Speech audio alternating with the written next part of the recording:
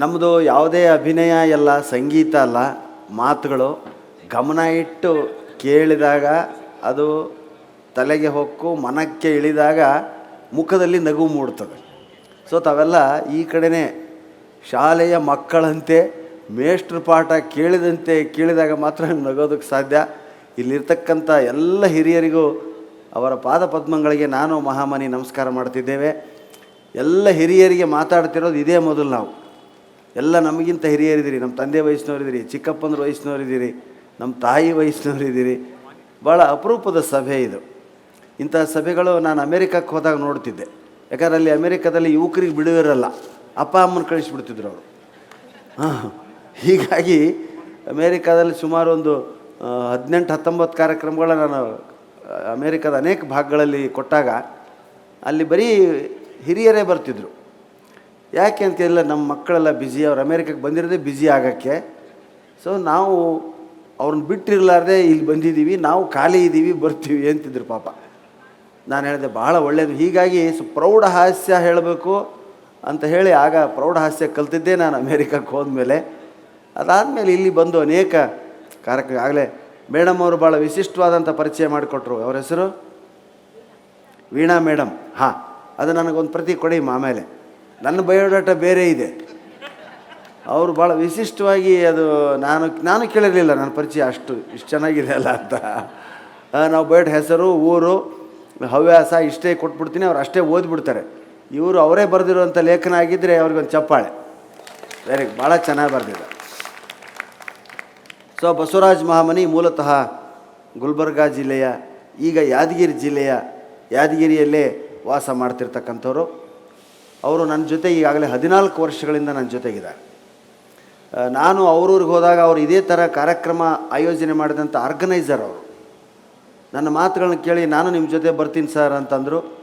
ಅವತ್ತಿನಿಂದ ಇವತ್ತಿನವರೆಗೂ ನನಗೊಬ್ಬ ತಮ್ಮನಂತೆ, ನನಗೊಬ್ಬ ಮಗನಂತೆ ನನ್ನ ಸೇವೆ ಮಾಡ್ತಾ ನನ್ನ ಜೊತೆಗೆ ಹತ್ರ ಅವ್ರದ್ದು ಕೂಡ 1000-1500 ಕಾರ್ಯಕ್ರಮಗಳಾಗೋಯ್ತು. ಈಗ ಗುಲ್ಬರ್ಗಾ ಜಿಲ್ಲೆಯ ಆಡು ಭಾಷೆಯಲ್ಲಿ ಅವರ ಹಾಸ್ಯ ನಿಮ್ಮೆಲ್ಲರಿಗೂ ರುಚಿಸಲಿ ಅಂತ ಹಾರೈಸ್ತಾ, ಅವರು ಪ್ರಾರಂಭ ಮಾಡಿ ನನಗೆ ದಾರಿನ ಸುಗಮ ಮಾಡಿಕೊಡ್ಬೇಕು.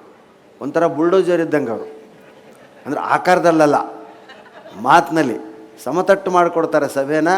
ಆಮೇಲೆ ನಾನು ಆ ಸಭೆಯ ಮೇಲೆ ಗಾಡಿ ಓಡಿಸ್ತೀನಿ. ಜೊತೆಗೆ ಅವ್ರದ್ದು ಏನು ಪಾತ್ರ ಅಂದರೆ ಕಂಪೌಂಡ್ರ್ ಪಾತ್ರ. ಅವ್ರದ್ದು ನಿಮ್ಗೇನಾಗಿದೆ, ಏನು ಪಲ್ಸು ಗಿಲ್ಸು ಶುಗರು ಎಲ್ಲ ಬರೆದು ಆಮೇಲೆ ಡಾಕ್ಟ್ರ್ ಹತ್ರ ಕಳಿಸ್ತಾರೆ. ಡಾಕ್ಟ್ರದ್ದು ಏನೂ ಕೆಲಸ ಇರೋಲ್ಲ, ಅದನ್ನು ಓದೋದು, ಸಹಿ ಮಾಡೋದು. ಅಂಥ ಕೆಲಸನ ಮಹಾಮನಿಯವರು ಪ್ರಾರಂಭದಲ್ಲಿ ನೀವು ನಗ್ತಿರೋ ಇಲ್ವೋ, ಯಾವ ಜೋಕಿಗೆ ನಗ್ತೀರಿ ಅನ್ನೋದನ್ನು ನನಗೆ ತಿಳಿಸೋದು ಮಹಾಮನಿಯವರು. ಅವ್ರ ಮಾತಿನಿಂದ ನೀವು ನಕ್ಕರೆ ಮುಂದಿನ ನನ್ನ ದಾರಿ ಸುಗಮ ಆಗ್ತದೆ. ಇವ್ರದಕ್ಕೆ ನೀವು ನಗಲಿಲ್ಲ ಅಂದರೆ ನಾನು ಸುಮ್ಮನೆ ಎದ್ದೋಗೋದು ಒಳ್ಳೆಯದು ಅಂತ ಭಾವಿಸಿ ಕಾರ್ಯಕ್ರಮ ಮಾಡ್ತಾಯಿದ್ದೀನಿ. ಖಂಡಿತ ಇಲ್ಲ ಅಂತ ಹೇಳ್ತಾರೆ ಮೇಡಮು. ಎಲ್ಲ ನೀವು ಯಾರು ಹೋಗೋರಲ್ಲ, ತಮಾಷೆಗೆ ಹೇಳಿದೆ ನಾನು. ದಯವಿಟ್ಟು ಯಾರ್ಯಾರಿಗೆ ಸೀಟಿಲ್ಲೋ ಬಂದು ಕೂತ್ಕೊಳ್ಳಿ, ಅಲ್ಲಲ್ಲಿ ಕೂತ್ಕೊಂಡು ಕೇಳಿದರೆ ಭಾಳ ಒಳ್ಳೆಯದು, ಮಧ್ಯೆ ಓಡಾಡಬೇಡಿ ಅಂತ ಹೇಳ್ತಾ. ಯಾಕೆಂದರೆ ಇದು ಸ್ಯಾಂಡಲ್ವುಡ್ ಟಾಕೀಸ್ ಅಂತಕ್ಕಂಥ ನಮ್ಮ ಯೂಟ್ಯೂಬ್ ಚಾನಲ್ಗೆ ರೆಕಾರ್ಡ್ ಆಗ್ತಾಯಿದೆ ಕಾರ್ಯಕ್ರಮ. 7.5-8 ಲಕ್ಷ ಸಬ್ಸ್ಕ್ರೈಬರ್ಸ್ ಇದ್ದಾರೆ. ಅದರ ನಿರ್ಮಾತೃ ನವನೀತ್ ಅಂತ ಇಲ್ಲೇ ಇದ್ದಾರೆ, ಅವರು ಸಿನಿಮಾ ನಿರ್ದೇಶಕರು ಕೂಡ. ಅವರು ಇದನ್ನು ನಡೆಸ್ತಾರೆ. ಮೊಟ್ಟ ಮೊದಲು ನನ್ನ ಚಾನಲನ್ನು ಮಾಡಿದವರೇ ನವನೀತ್ ಅವರು. ಸರ್ ನಿಮ್ದು ಯಾರ್ಯಾರೋ ಮಾಡ್ತಿದ್ದಾರೆ, ನಾನು ಮಾಡ್ತೀನಿ ಅಂಥೇಳಿ ಅತಿ ಶೀಘ್ರದಲ್ಲಿಯೇ ಅದನ್ನು ಕರ್ನಾಟಕದ ಮಟ್ಟಕ್ಕೆ, ವಿದೇಶಗಳ ಮಟ್ಟಕ್ಕೆ ಏರಿಸಿ ಇವತ್ತು 8,000ಕ್ಕೂ ಹೆಚ್ಚು ಜನ ಅದಕ್ಕೆ ಸಬ್ಸ್ಕ್ರೈಬರ್ಸ್ ಇದ್ದಾರೆ. ನೀವು ಕೂಡ ಅದರ ಸಬ್ಸ್ಕ್ರೈಬರ್ ಆಗುವಂತ್ರಿ, ಆಮೇಲೆ ಅವ್ರು ಹೇಳ್ತಾರೆ ಅಂತ ಹೇಳ್ತಾ. ಕೇಳ್ತಾ ಇಲ್ಲ ಅಂತ ಅವ್ರು ಕೆಳಗಡೆ ಬರ್ತಿಲ್ಲ, ನನ್ನ ಮುಖ ನೋಡೋದಕ್ಕೆ ಆಗ್ತಿಲ್ಲ ಅಂತವ್ರಿಗೆ.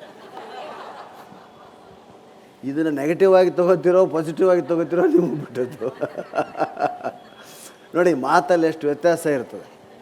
ಕನ್ನಡ ಅಂದರೆ ಭಾಳ ಜನ ಸುಲಭ ಅಂತ ಅನ್ಕೊಂಬಿಟ್ಟಾರೆ. ನೋಡಿ, ನೀವು ಯಾರನ್ನೇ ನೋಡಿ,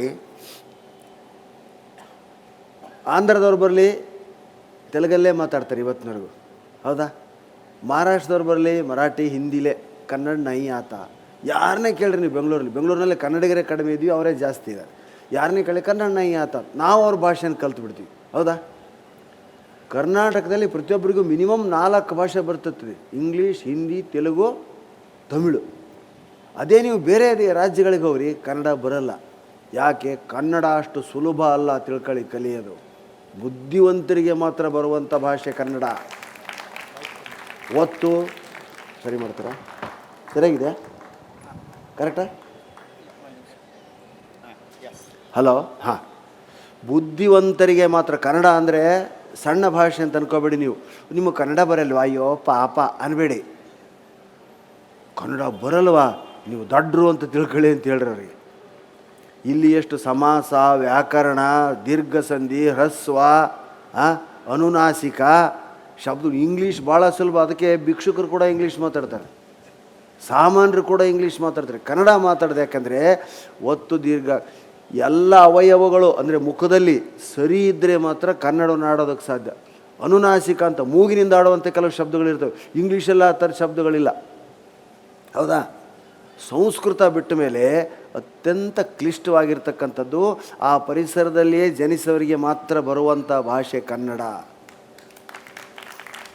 ಇಂಗ್ಲೀಷ್ ಮೀಡಿಯಮಿಗೆ ಮಕ್ಕಳನ್ನ ಹಾಕಿದರೆ ನಮ್ಮ ಮಕ್ಕಳು ಜಾಣರಾಗ್ತಾರೆ. ಜಾಣರಾಗಲ್ಲ, ಇನ್ನೊಬ್ಬರ ಕೈ ಕೆಳಗೆ ಕೆಲಸ ಮಾಡೋರು ಆಗ್ತಾರೆ. ಕನ್ನಡವನ್ನು ಕಲಿತ್ರೆ ಕವಿ, ಕಲಾವಿದ, ಸಾಹಿತಿಗಳಾಗ್ತಾರೆ. ಅದರಿಂದನೂ ಇವತ್ತು ಹಣ ಬರ್ತಿದೆ ನಿಮ್ಮಂಥವರಿಂದ. ನೋಡಿ, ಇವತ್ತು 75 ವರ್ಷದ ಸಮಾರಂಭ. ಇದು ಬೇಕಿರಲಿಲ್ಲ, ಮನೇಲಿ ಆರತಿ ಮಾಡಿದ್ರಾಗಿತ್ತು, ಅವ್ರೊಂದು ಸ್ವೀಟ್ ಮಾಡ್ತಿದ್ರು, ತಿಂತಿದ್ರು. ಅವರೇ ಹೇಳ್ತಿದ್ರು ಒಂದು ಹೊಸ ದೋತ್ರ ಉಟ್ಕೊಳ್ಳಿ, ಇವತ್ತು ಹೊಸ ಜುಬ್ಬ ಹಾಕೊಳ್ಳಿ, ಇವತ್ತು ನಿಮ್ಮ ಹುಟ್ಟಿದಬ್ಬ ಅಂತ ಒಂದು 50 ಸಾರಿ ಜ್ಞಾಪಿಸ್ತಿದ್ರು ಅವರಿಗೆ. ಯಾಕಂದರೆ 75 ವರ್ಷಕ್ಕೆ ವ್ಯಕ್ತಿ ಸೂಟು ಬೂಟು ಹಾಕೊಂಡು ಕೊಡ್ತಾನಂದರೆ 60 ಕರಳು ಮುರುಳು ಅನ್ನೋದು ಹೋಯಿತು ಅಂತ. ನೋಡಿ, 75. ಈ ಚಳಿಲಿ ನಾನು ದೇವ್ರಿಗೆ ಬೈಕತ್ತಿದ್ದೀನಿ ಇಲ್ಲಿ ಕೂತು, ಕಿವಿಲಿ ಹಳ್ಳಿ ಹತ್ತಿ ಇಟ್ಕೊಂಡೆ ನಾನು. ಆದರೆ ಅವ್ರು ಹೆಂಗೆ ಕೂತೇವೆ ನೋಡ್ರಿ, ತಲೆಯಲ್ಲೂ ಕೂದಲಿಲ್ಲ ಅವ್ರಿಗೆ. ಆ ಸ್ಟಿಫ್ನೆಸ್ ನೋಡಿ ನೀವು. ಜೀವನೋತ್ಸಾಹ ಅಂದರೆ ಇದು. ನನಗೆ 70 75 ವಯಸ್ಸಲ್ಲಿ ಈಗಲೂ ಕೆಲಸ ಮಾಡ್ತಾರೆ, ಡ್ಯೂಟಿಗೆ ಹೋಗ್ತಾರೆ. ಹೌದಾ? ನಾವು ಅಯ್ಯೋ 40 ಆಯ್ತಮ್ಮ, 50 ಆಯ್ತಮ್ಮ. ಹೆಣ್ಣುಮಕ್ಕಳ ಥರ ನಾವು ವಯಸ್ಸನ್ನು ಹೇಳಬಾರ್ದು. ನಮ್ಮ ಚಟುವಟಿಕೆ ನೋಡಿದ ಮೇಲೆ ಅವರೇ ನಿಮ್ಮ ವಯಸ್ಸೆಷ್ಟು ಸಾರ್ ಅಂತ ಕೇಳಿದ ಮೇಲೆ ಹೇಳಬೇಕು. ನೋಡಿ, ಹೆಣ್ಮಕ್ಳು ಬೇಕಾದ ಹೇಳ್ತಾರೆ, ಅವ್ರ ಬಾಯಲ್ಲಿ ಯಾವ ಗುಟ್ಟು ನಿಲ್ಲಲ್ಲ. ವಯಸ್ಸು ಮಾತ್ರ ಯಾರಿಗೂ ಹೇಳಲ್ಲ. ಗಂಡನಿಗೂ ಕೂಡ ಸುಳ್ಳು ಹೇಳಿರ್ತಾರೆ. ನನಗೆ 75 ಆಯ್ತೆ, ನಿನಗೆ ಎಷ್ಟು ಅಂದರೆ ಕೇಳಿ ಅವ್ರು ಹೇಳಿದಾರೇನು ಸರ್? ನಿಮಗೆ ಯಾಕದೆಲ್ಲ ಅಂತಾರೆ. ಎಲ್ಲ ಮಕ್ಕಳು ಮೊಮ್ಮಕ್ಕಳು ಕಂಡಿದ್ದೀವಿ, ನಿಮಗೆ ಯಾಕೆ ಹೀಗೆ ಆಸಕ್ತಿ ಹುಟ್ಟಿತು ಅಂತ ಬೈತಾರೆ ತಮಾಷೆಯಾಗಿ, ಹೊರತು ಹೇಳಲ್ಲ. ಹೆಣ್ಮಕ್ಕಳ ವಯಸ್ಸು ಕೇಳಿ ಬದುಕಿದವ್ರು ಯಾರೂ ಇಲ್ಲ. ಹೌದಾ? ಯಾವಾಗ ಹೇಳ್ತಾರೆ, ಕಡಿಮೆ ಹೇಳ್ತಾರಾಗಲಿ, ಹೆಚ್ಚು ಹೇಳಲ್ಲ. ಹೀಗೆ ಜೀವನದಲ್ಲಿ ಸರಸ ವಿರಸಗಳೆರಡೂ ಇರಬೇಕು. ಆದರೆ ವಿರಸ ಕಡಿಮೆ ಇರಬೇಕು, ಸರಸ ಹೆಚ್ಚಾಗಬೇಕು. ನಕ್ಕಾವ ಗೆದ್ದವ ಅಂತಿದ್ರು ಬೇಂದ್ರೆಯವರು. ಯಾವ ನಗ್ತಾರೋ. ಬೇಂದ್ರೆಯವರು ಎಲ್ಲ ಮಕ್ಕಳನ್ನ ಕಳ್ಕೊಂಡ್ರು. ನೀ ಹಿಂಗೆ ನೋಡಬೇಡ ನನ್ನ ಅಂತ ಹಾಡಿದ್ದೇ ಅವರು ಮಕ್ಕಳನ್ನ ಕಳ್ಕೊಂಡಾಗ.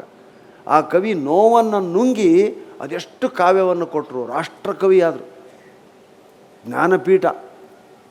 ಅವ್ರ ಭಾಷೆ, ಅವ್ರ ಮಾತು ಕನ್ನಡ ಅರ್ಥ ಆಗ್ತಿರಲಿಲ್ಲ. ಶಂಭಾಜಿ ಜೋಶಿಯವ್ರದ್ದು, ಬೇಂದ್ರೆಯವ್ರದ್ದು ಅರ್ಥ ಮಾಡ್ಕೊಳ್ಬೇಕಾದ್ರೆ 7 ಜನ್ಮ ಹುಟ್ಟಬೇಕು. ಅವರ 4 ತಂತಿ ಇವತ್ತಿನವರೆಗೂ ಅನೇಕರಿಗೆ ಅರ್ಥ ಆಗಿಲ್ಲ. ಬರೀ ನಾನಾ ತಾತ ಅದ್ರ ಮೇಲೆ ಎಂತೆಂಥ ವಾಕ್ಯಗಳನ್ನ ಬರೆದ್ರು. ನಾವು ಸುಮ್ಮನೆ ಇಂಗ್ಲೀಷ್ ಬಂದುಬಿಟ್ರೆ ಜಗತ್ತು ಸುತ್ತೀವಿ ಅಂತ. ಕನ್ನಡ ಬಂದರೆ ಜಗತ್ತು ನಿಮ್ಮನ್ನು ಗೌರವಿಸ್ತವೆ, ಅದನ್ನು ಕಲಿಯೋಕ್ಕೆ ಬಂದವ್ರ ಮುಂದೆ. ಇದು ನನ್ನ ಅನುಭವ. Grammar classes, English classes, English speaking courses, 1 ವಾರದಲ್ಲಿ ಇಂಗ್ಲೀಷ್ ಕಲಿಸುತ್ತೇವೆ. ಕನ್ನಡದಲ್ಲಿ 1 ವಾರದಲ್ಲಿ ಕಲಿಸ್ತೀನಿ ಅಂತ ಯಾವನಾದರೂ ಬೋರ್ಡ್ ಹಾಕಲಿ, ಚಾಲೆಂಜ್ ಮಾಡ್ತೀನಿ ನಾನು. 1 ವಾರದಲ್ಲಿ ಯಾವನಿಗೂ ಕನ್ನಡ ಬರಲ್ಲ. 10 ದಿವಸದಲ್ಲಿ ಇಂಗ್ಲೀಷ್ ಮಾತಾಡೋದನ್ನು ಕಲಿತೀನಿ. ಅಯ್ಯೋ, ಮಡ್ರಾಸ್ನಲ್ಲಿ ಬೆಗ್ಗರ್ಸ್ ಕೂಡ ಇಂಗ್ಲೀಷ್ ಮಾತಾಡ್ತಾರೆ ಗೊತ್ತಾ? ಈಸಿ ಅದು.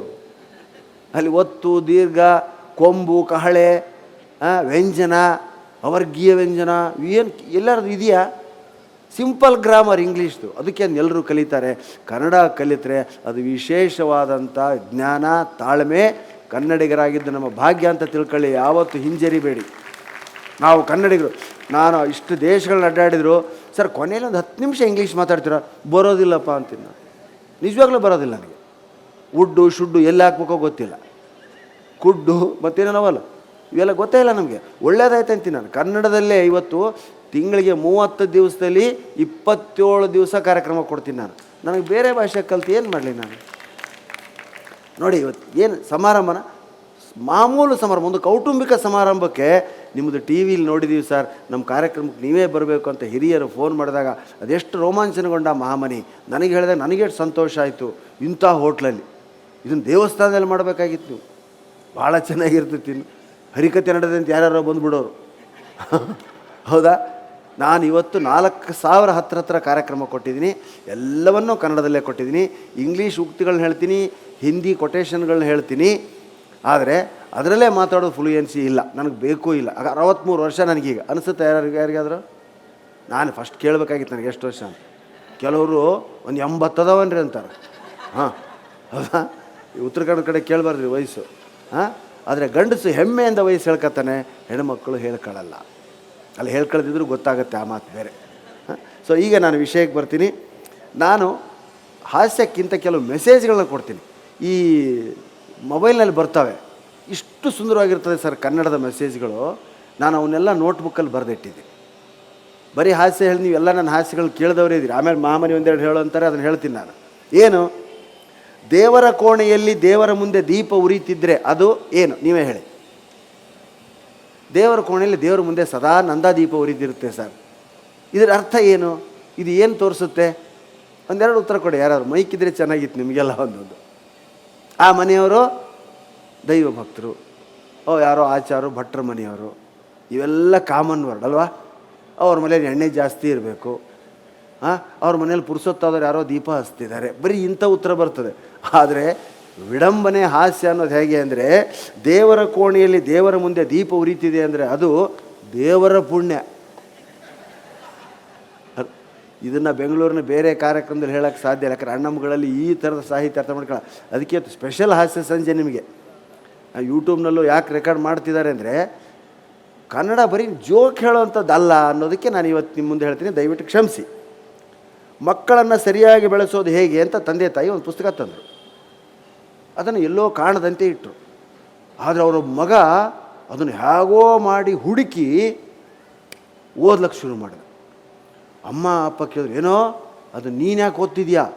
ಮಕ್ಕಳನ್ನು ಬೆಳೆಸುವುದು ಹೇಗೆ ಅಂತ ನಾವು ಓದಬೇಕು, ಅದನ್ನು ನೀ ಯಾಕೆ ಓದ್ತಿದ್ಯಾ? ನಮ್ಮನ್ನು ಸರಿಯಾಗಿ ಬೆಳೆಸ್ತಿದ್ದೀರಿ ಇಲ್ಲವೋ ಅಂತ ತಿಳ್ಕೊಳ್ಳೋಕೆ ಓದ್ತಿದ್ದೀನಿ ಅಂದ. ಹೌದಾ?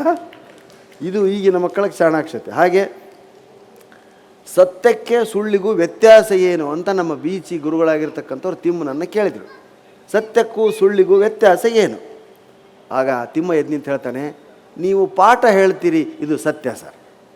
ನೀವು ಪಾಠ ಹೇಳ್ತೀರಿ ಇದು ಸತ್ಯ ಸರ್. ಇದನ್ನು ಕೇಳಿ ನಾವು ಉದ್ಧಾರ ಆಗ್ತೀವಿ ಅಂತ ತಿಳ್ಕೊಂಡಿದ್ದೀರಲ್ಲ, ಅದು ಸುಳ್ಳು. ಅಬ್ಬಾ ಏನಪ್ಪ, ಯಾರೋ ಸಂಬಂಧಪಟ್ಟರೆ ವಿಜಿಲ್ ಹಾಕಿದ್ರು ನೋಡ್ರಿ. ಯವ್ವಾನ ಸಾಲಿವಲ್ಲೆ ಅಂತ ಹೇಳಕತ್ತಿದ ಒಂದು ಹುಡುಗ. ಯವ್ವಾನ ಸಾಲಿವಲ್ಲೆ ಯಾಕ? ಮಾಸ್ತರ್ ಹೊಡಿತಾರ. ಸುಮ್ಮನೆ ಯಾಕೆ ಹೊಡಿತಾರ? ಸುಮ್ಮನೆ ಹೊಡಿತಾರ. ಸುಮ್ಮನೆ ಯಾಕೆ ಹೊಡಿತಾರೋ? ನೀ ಅಂತ ಏನು ಮಾಡಿದಿ? ಏನೂ ಮಲಗಿಲ್ಲವ, ಸುಮ್ಮನೆ ಮಲಗಿದ್ದು ನಾನು, ಆದರೂ ಎಬ್ಬಿಸಿ ಹೊಡೆದ್ರು. ಹೌದಾ? ಈ ಥರದ ಉತ್ತರ ಈಗಿನ ಮಕ್ಕಳು ಕೊಡೋಕ್ಕೆ ಸಾಧ್ಯನಾ? ಇದು ಸರ್ಕಾರಿ ಶಾಲೆಗಳಲ್ಲಿ ಮಾತ್ರ ಸಾಧ್ಯ. ಅಲ್ಲಿ ಬೈಲೇ ಶಾಲೆ. 6ನೇ ಕ್ಲಾಸು 7ನೇ ಕ್ಲಾಸಲ್ಲಿ ಪಾಠ ಹೇಳ್ಬೇಕಾದ್ರೆ 4, 5ನೇ ಕ್ಲಾಸ್ ನಮ್ಮನ್ನು ಬೀದಿಲಿ ಗಿಡದ ಕೆಳಗಡೆ ಕೂತ್ಕೊಳ್ರಿ ಅಂತಿದ್ರು. ಬೋರ್ಡ್ ಇಲ್ಲ, ಏನಿಲ್ಲ. ಶನಿವಾರ ಭಾನುವಾರ ಬಂದರೆ ಉಳಿದರೆಲ್ಲ ಮನೆಗೆ ಹೋಗ್ರಿ, 7, 8 ಒಳಗಡೆ ಬರ್ರಿ ಅಂತ. ಈ ಥರ ಮರದ ಕೆಳಗಡೆ ಶಾಲೆ. ಇವತ್ತು ಒಂದೊಂದು ಶಾಲೆಯ ಒಳಗಡೆ ಹೋಗ್ಬೇಕಾದ್ರೆ ಲಕ್ಷಾಂತರ ರೂಪಾಯಿ ಖರ್ಚು ಮಾಡಬೇಕು. ಅಲ್ಲಿ ಕಲ್ತು ಬರೋದೇನು ಮಕ್ಕಳು? ಅದಕ್ಕೆ ಗ್ರಾಮೀಣ ಜೀವನ ಒಳ್ಳೆಯದು ಅಂತ. ಹಾಗೆ ನಮ್ಮಲ್ಲಿ ಎಷ್ಟು ವ್ಯತ್ಯಾಸ ಇದ್ದಾರೆ. ಬೀಚಿಯವರು ಎಲ್ಲ ಸಹಜವಾಗಿ ಸೇರಿಸಿ ಹೇಳ್ತಿದ್ದೀನಿ. ಜ್ಯೋತಿಷ್ಯ ಕೇಳ್ತಾರೆ. ಇವರು ಬಹುಶಃ ಜ್ಯೋತಿಷ್ಯ ಕೇಳಿಲ್ಲ ಅಂತ ನಾನು ಭಾವಿಸ್ತೀನಿ. ಯಾಕಂದ್ರೆ ಅವರು ಉದ್ಯೋಗದಲ್ಲಿ ಏರಿರೋ ರೀತಿ ನೋಡಿದರೆ ಜ್ಯೋತಿಷ್ಯ ಕೇಳಿದವ್ರು ಹಂಗೆ ನಾನು ಏನಾಗ್ತೀನಿ ಅಂತ ಕೇಳಿ ಅವನೇನೋ ಹೇಳು ಇವರೇನೋ ಹೇಳಿದರೆ ಉದ್ಧಾರ ಆಗಲ್ಲ. ಜ್ಯೋತಿಷ್ಯ ಕೇಳಬಾರ್ದು. ಭವಿಷ್ಯ ಯಾಕೆ ಕೇಳಬಾರ್ದು ಅಂದರೆ, ಭವಿಷ್ಯವನ್ನು ನಾವೇ ರೂಪಿಸಬೇಕು ಅಂತ ಭವಿಷ್ಯ ಕೇಳಬಾರ್ದು. ಈಗ ಟಾಟಾ ಬಿರ್ಲಾ ಅಥವಾ ಇವರೆಲ್ಲ ಭವಿಷ್ಯ ಕೇಳಿಲ್ಲ. ಕೆಲಸ ಮಾಡ್ತಾ ಹೋದರೆ ಇವರ ಭವಿಷ್ಯವೇ ಜನರಿಗೆ ಪಾಠ ಆಗ್ತದೆ. ಹೌದಾ? ಹೌದಾ?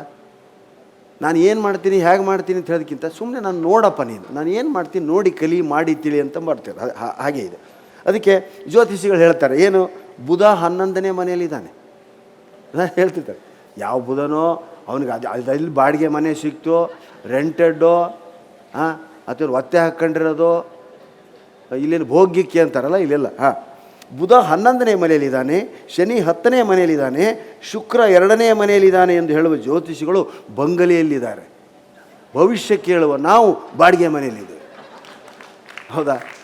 ನೋಡಿ, ಎರಡೆರಡೇ ಲೈನ್ನಲ್ಲಿ ದಯವಿಟ್ಟು ನಗು ಯಾರಿಗೆ ಬರುತ್ತೆ ಜೋರಾಗಿ ನಗರಿ, ನಗು ಬರ್ದವ್ರು ಅಟ್ಲೀಸ್ಟ್ ಚಪ್ಪಾಳೆ ಆದರೂ ಬಡೀರಿ.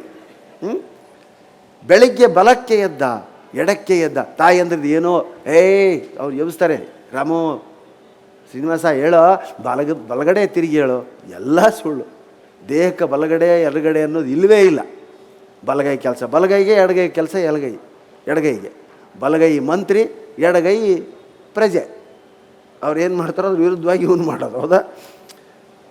ಬೆಳಗ್ಗೆ ಬಲಕ್ಕೆ ಎದ್ದ ಎಡಕ್ಕೆ ಎದ್ದ ಅನ್ನೋದು ಮುಖ್ಯ ಅಲ್ಲ, ಎದ್ದ ಅದು ಬಹಳ ಮುಖ್ಯ.